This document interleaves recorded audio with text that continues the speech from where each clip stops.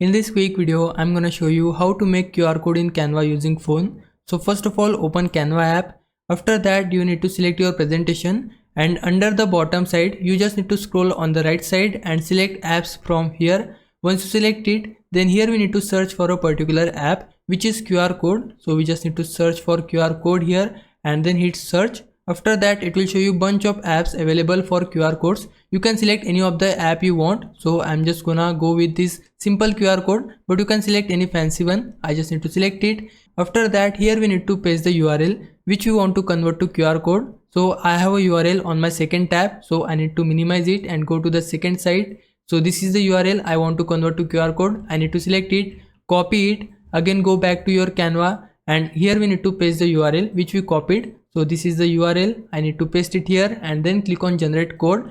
Once you click on it, then it will take some loading time and the QR code will be added on your canvas. Now you can adjust the QR code size and position according to your need. And now to download this QR code on our device, we need to click on this download icon and then it will start preparing your design and the QR code will be successfully downloaded on your device gallery. Now if it was a big help, can you like this video and subscribe my channel. For now, thanks for watching. Bye bye.